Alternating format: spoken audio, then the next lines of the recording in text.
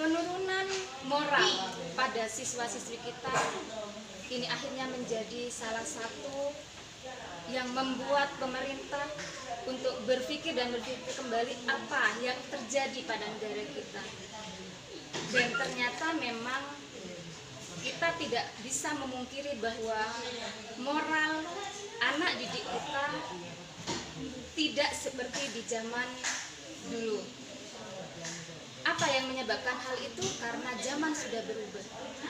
Zaman dahulu, zaman di mana saya mungkin seumuran saya atau jauh sebelum saya, tidak ada gangguan apa-apa.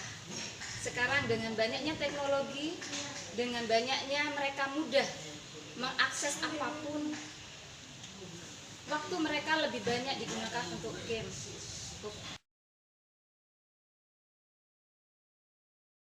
Oleh karena itu, pemerintah menyasar pertama kali adalah karakter pada anak didik kita. Bagaimana caranya menumbuhkan karakter profil pelajar Pancasila pada anak-anak didik kita. Bagaimana caranya? Kalau kita melihat pendidikan yang diajarkan oleh Ki Hajar Dewantara, prinsip pendidikan Ki Hajar Dewantara, kita kembali kepada filosofi merdeka terlebih dahulu. Merdeka adalah kita tidak bergantung pada orang lain, merdeka secara lahiriah dan secara batiniah.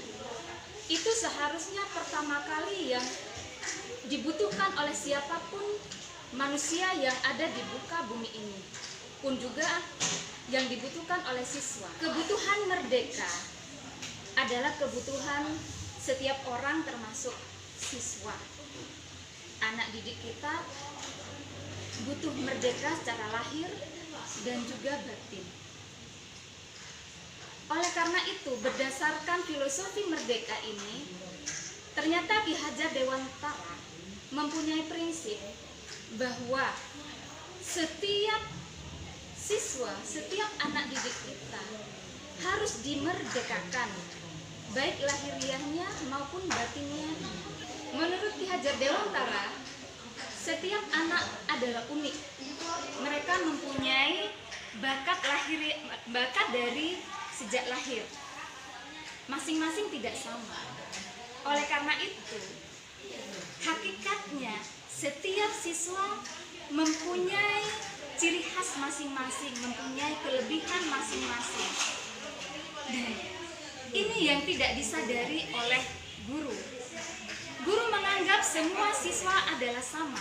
Mereka mempunyai bakat yang sama, mereka mempunyai potensi yang sama, mereka sanggup melakukan sesuatu hal yang sama.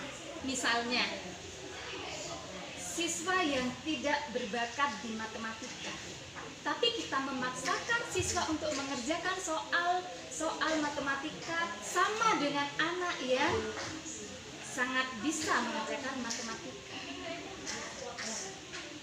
Ada siswa yang tidak suka menyanyi, tetapi kita meminta siswa untuk bisa mempunyai kemampuan sama dengan seperti siswa yang suka atau yang berbakat. Jadi dengan potensi yang dimiliki oleh setiap anak, seharusnya kita asah sesuai dengan bakat mereka. Ini juga bisa dijadikan pintu masuk kita untuk mereka mengenali pembelajaran seperti yang kita inginkan. Jadi misalnya, seorang anak yang mempunyai bakat bernyanyi misalnya, kita bisa arahkan dia untuk memahami pelajaran yang dia sekarang tekuni. Misalnya saya mengajar IPA, saya bisa seharusnya mengarahkan si anak ini yang suka menyanyi, bakatnya masuk ke dalam pelajaran saya.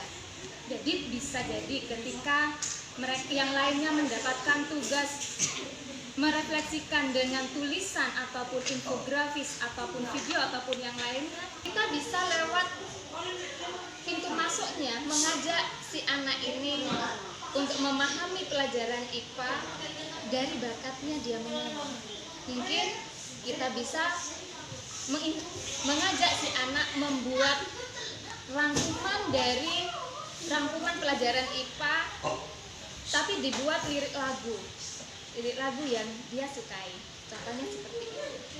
Jadi sebaiknya, menurut pemahaman saya, pembelajaran di kelas kita mengasah bakat siswa untuk masuk pada pembelajaran kita, bukan memaksakan kepada siswa satu metode yang harus mereka lakukan.